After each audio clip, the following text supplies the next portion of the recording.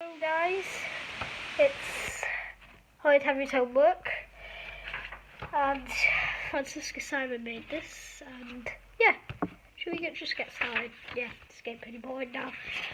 Right, there's 6 chapters. Chapter 1. Thought Horrid Henry. He turned on the TV and stretched out. School was over.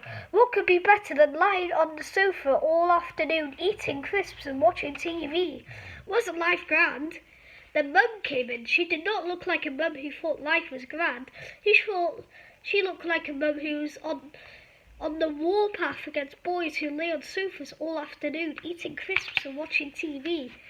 "Get your feet off the sofa, Henry," said Mum. Grunted Henry. "Stop getting crisps everywhere," snapped Mum. Grunted Henry. "Have you done your homework?" "Henry," said Mum. Henry didn't answer. "Henry!" shouted Mum. "What?" shouted Henry. "Have you done your homework?" "What homework?" said Henry. He kept his eyes glued to the TV. "Go mutants!" he screeched. "The 5 spelling words you're meant to learn tonight," said Mum. "Oh," said Henry, "that homework." Chapter 2. Horrid Henry hated homework. He had far better things to do with his precious time than learn how to spell zipper or work out the answer to 6 times 7. And that's 49. For weeks, Henry's homework sheets had ended up in a recycling box until Dad found them. Henry swore he had no idea how they got there and blamed Fluffy the cat. But since Mum and Dad had checked the school bag every day, Mum snatched the zapper and switched off the telly. "Hey, I'm watching," said Henry. "When are you going to do your homework, Henry?" said Mum. "Soon!" screamed Henry. Chapter 3. He just returned from a long, hard day at school. Couldn't he have any peace around here? When he was king, anyone who said the word homework would get thrown to the crocodiles. "I had a phone call today from Miss Battleaxe," said Mum. "She said you got a 0 in the last 10 spelling tests. Usually I get 12 out of 12. "That's not my fault," said Henry. "First I lost the words, then I forgot, then I couldn't read my writing, then I copied the words wrong, then—" "I don't want to hear any more of your silly excuses," said Mum. "Do you know your spelling words for tomorrow?" "Yes," lied Henry. "Where's the list?" Mum asked. "I don't know," said Henry. "Find it on no TV for a month," said Mum. "It's not fair," muttered Henry, digging the crumpled spelling test out of his pocket. Mum looked at it. "That's going to be a spelling test tomorrow," she said. "How do you spell goat?" "Don't you know how, Mum?" asked Henry. "Henry," said Mum. Henry scowled. "I'm busy," moaned Henry. "I promise I'll tell you right after Mutant Madman. It's my favourite show." "How do you spell goat?" snapped Mum. "Gote. Wrong," said Mum. "What about boat?" "Why do I have to do this?" wailed Henry. "Because it's your homework," said Mum. "You have to learn how to spell." "But why?" said Henry. "I never write letters." "Because," said Mum. "I'll spell boat." Botte, said Henry. "No more TV until you do your homework," said Mum. "I've done all my homework," said Perfect Peter. "In fact, I enjoyed it so much I've already done tomorrow's homework as well." Peter pounced on Peter.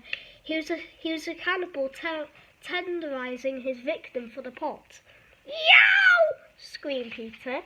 "Henry, go to your room," shouted Mum, "and don't come out until you know all your spelling words."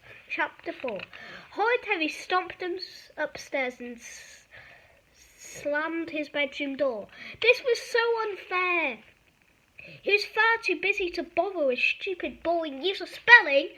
For instance, he hadn't read the new Mutant Madman comic. book. He hadn't finished drawing that treasure map.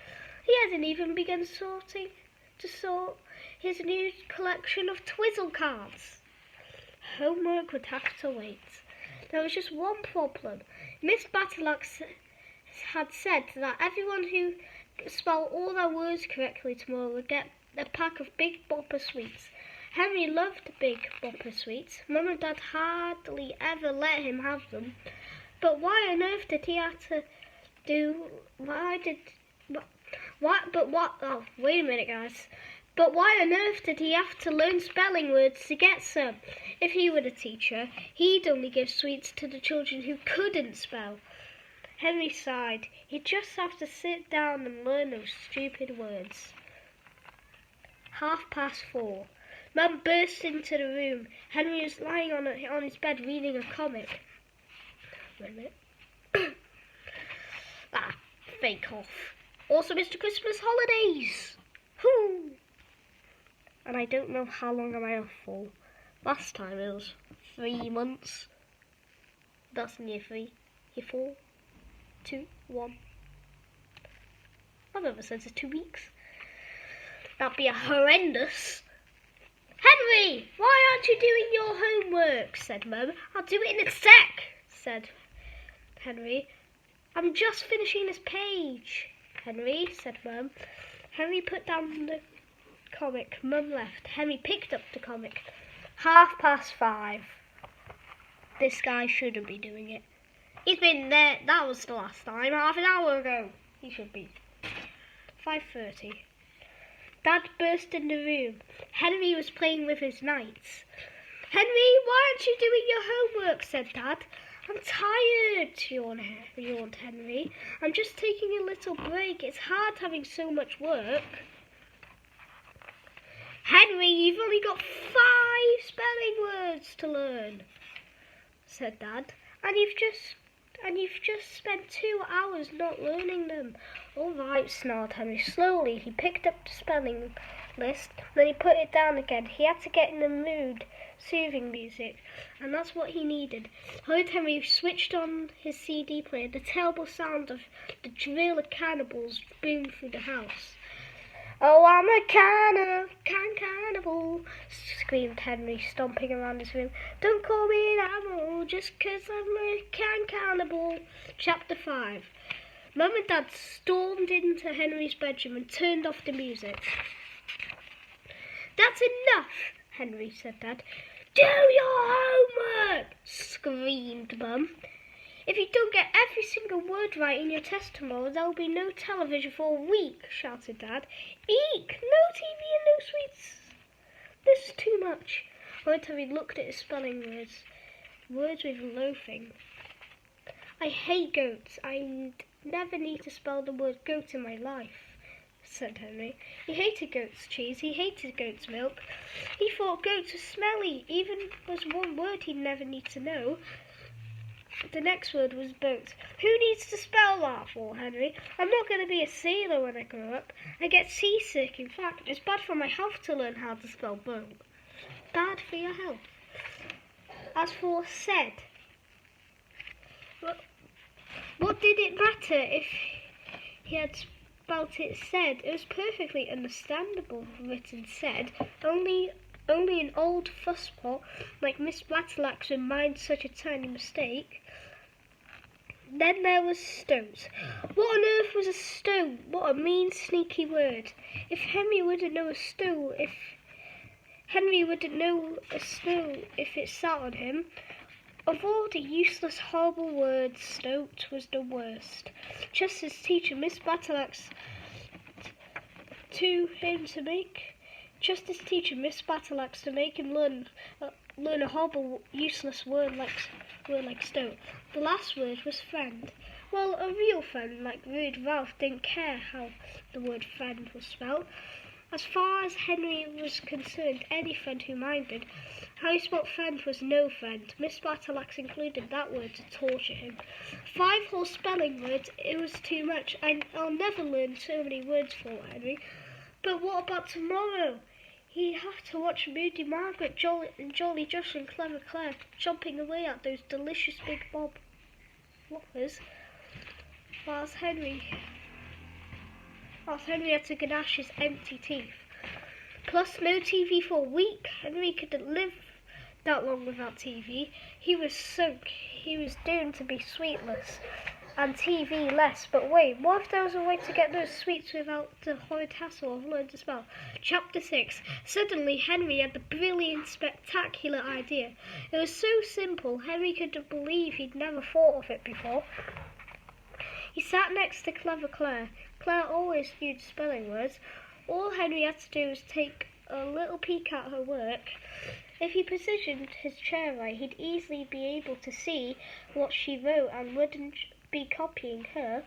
No way, just double checking. I'm a genius, thought Henry. 100%. Right on the test, loads of big bopper sweets. Mum and Dad would be so filled they'd let him watch extra TV. Hooray! Horrid Henry swaggered into class the next morning. He sat down in a seat between Clever Claire and Beefy Bert. Carefully he inched his chair over a fraction so that he'd have a good view of Claire's paper. Spelling test, barked Miss Matalax. First word, goat. Clever Claire bent over a paper. Henry pretended he was staring at the wall. Then, quick as a flash, she glanced over her work and wrote goat. Boat, said Miss Battleaxe. Again, Horrid Henry sneaked a look at Claire's paper and copied her. And again and again. This is fantastic, thought Henry. I never have to learn any spelling words. Just think of all the comic books he could read instead of wasting his time on homework. He sneaked a peek at Beefy Bert's paper. Blank, thought. Ha ha, thought Horrid Henry. There was only one word left. Henry could taste the tingly tang of a big bopper sweet already. What did he swagger about? And no way would he share his sweets with anyone. Suddenly, Claire shifted position and edged away from him. Rats! Henry couldn't see the paper anymore. Last word, boomed Henry. Boomed Miss Battleaxe. Ben! Henry twisted in the seat. He could see the first 4 words. He just needed to get a tiny bit closer. Claire looked at him. Henry stared at the ceiling. Claire glared. Then looked back at her paper. Quickly, Henry leaned over and yes, he copied down the final word, friend. Victory! Chomp, chomp, chomp. Boy, did those big boppers taste great. Sorry if he didn't hear me though. Someone tapped him on the shoulder. It was Miss Battleaxe. She was smiling at him with her great big yellow teeth. Miss Battleaxe had never smiled at Henry before. Well, Henry, said Miss Battleaxe, what an improvement. I'm thrilled. Thank you, said Henry modestly. In fact, you've done so well, I'm promoting you to the top 5 spelling group. 25 extra words a night. Here's the list. Horrid Henry's jaws stopped chomping. He looked in horror at the new spelling list. It was littered with words, but not just any words, awful words, mean words, long words, hard words. I don't know how to do that one. Trapezium, diarrhea. Why? Ah! Shrieked Horrid Henry. So, actually, guys, thank you if you did hear me. I'm sorry. Yeah, you know how crap my channel is, and yep, we'll see you next time. Goodbye.